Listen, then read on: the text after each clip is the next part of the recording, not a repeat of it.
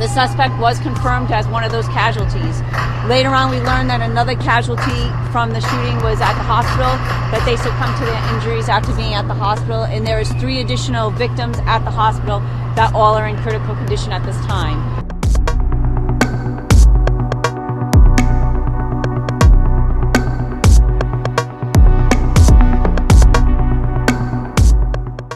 It was meant to be a President's Day showdown between high school rivals. Instead, it became a scene of terror inside a packed ice arena in Pawtucket. A shooting at the Dennis M. Lynch Arena has left 3 people dead, including the suspected gunman, in what police describe as a targeted family dispute. The violence erupted shortly after 2:30 p.m. when officers responded to reports of an active shooter inside the rink. When police arrived, they found 2 casualties, one of them believed to be the suspect. A 3rd victim later died in hospital. Pawtucket Police Chief Tina Goncalves confirmed 3 additional victims remain hospitalized after being shot, their conditions described as serious as investigators work to piece together what unfolded. The Pawtucket police received a call at about 2:28, 2:30 this afternoon that we had an active shooter at Lynch Arena.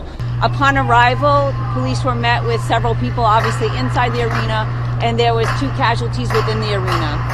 The suspect was confirmed as one of those casualties.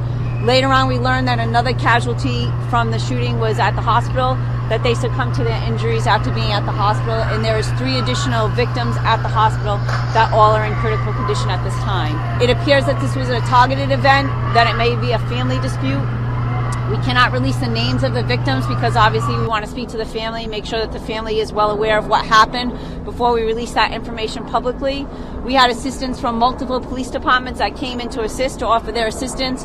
Obviously, the Attorney General is also there with us now going over the crime scene. We had several people in the building, so we are talking to them. So we're trying to put together the story and the timeline of what happened. Did this happen in the stands? Can you just describe the layout in there and where this all took place? So because we're in the initial stages of the investigation, I can't get into detail. Obviously, we're still investigating that. We're talking to all the witnesses. Like I said, there were several people within the Lynch Arena because it was a high school hockey game. So we're talking to all those witnesses. We have several witnesses that were here, and then some that we have brought to the police station where we're talking to them there. We also were able to take everybody inside the building, and we reunified them with their families down by Walgreens. We used RIPTA buses to be able to reunite those kids and people in the stands with their families. Was the shooter related to the other victims? You said a family dispute. Yes, so because it's a family dispute, I don't know the relationship exactly at this point because it's still initial, but yes, it is family related. Are you releasing any other information about the other victims that's critical, juvenile, adults, and other? Not at this time until we speak to the families and we get more information. But the mayor said it was a young girl. Is that correct or not correct? It was a female. Just a female's all you're saying, no age? Yeah, no age. No. Chief, Dan Janney from NBC 10. Can you confirm that the victim is actually the daughter of the suspect? Okay, so I'm not going to confirm who actually is the casualties at this point because, again, we want to speak to the families and make sure the families are well aware of what happened before we release any information. Again, we're still only at the initial stages. It only happened at 2:30 this afternoon. Again, we went in, like I said, there were several people in there. We have several witnesses that are at the station, so we're going to put it together a story before we release information to make sure that the information put out there is accurate and correct and there's nobody. Chief, 4 victims that are hospitalized. Were they hospitalized because they may have been trampled or pushed down, but they actually were not shot? No, so we have 3 deceased victims, right? We have 3 deceased. The suspect, and then we have 2 victims. And then we have 3 at the hospital that were part of the incident that, no, they were not trampled, that they were shot. Yes.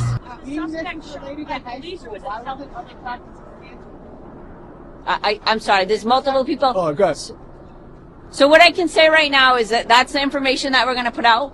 We're going to obviously probably have more information as the day progresses. Again, we want to speak to all the people that were witnesses so that we can get an accurate story to put out there.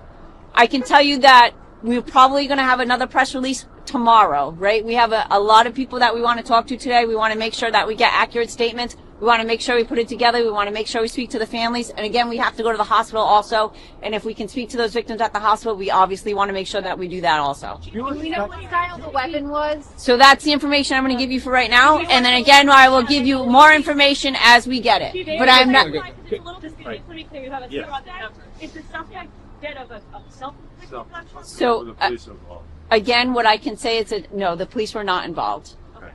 What I can say that, again, we're putting all the pieces together. It appears from a self-inflicted gun wound, but we are going to investigate that fully. The police were not involved in that. So there's a suspect who is dead, and there are 2 victims. Are those teen victims? Well, I'm not releasing their ages, but it appears that they're both adults. Are they both related to the suspect? Again, I'm trying to... We appreciate it. That's okay. I know, and I want to make sure that with the information we're putting out there, because again, they're family members at home, we want to make sure that we speak to them first before they hear it on the news or in the media. It is very important for us to make contact with the families and get an accurate depiction of what the family dynamics look like so that we can be able to put it out there. Is there any way that you could do another press briefing later tonight so that because otherwise information gets kind of squabbled. That way, that's what happened in Providence. We're going to try, right? Okay. Like I said, we're following the police investigation, right? Right now it's about the families, right? There were multiple families involved. This was, high school children, so our hearts go out to the families. And we'll give you as much information we can. We know it's important to get it out there, but they want to get it out there accurate so there's no misinformation. Mayor, are you able to speak to that, just the trauma these people suffered today? I haven't seen anybody. I can't imagine. I'm watching some people as they're getting put on buses. So, sorry. There has to be traumatic, right, to everybody. I haven't had a chance to talk to anybody. We're trying to piece it together.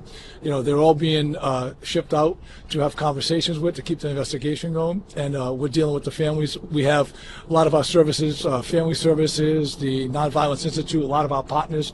They're all in there. They're doing grief counseling, so we're working close with them as well.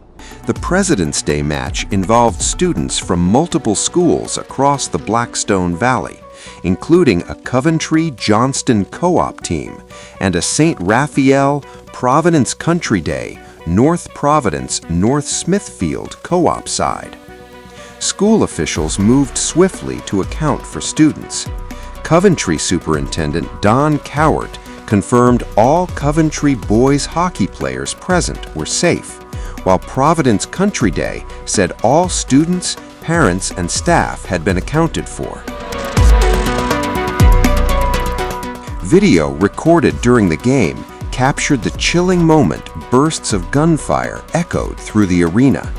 Players on both benches can be seen ducking for cover as spectators scrambled toward exits in panic. Names of the victims have not yet been released as authorities continue notifying next of kin. Outside the arena, shaken families embraced one another while police secured the scene.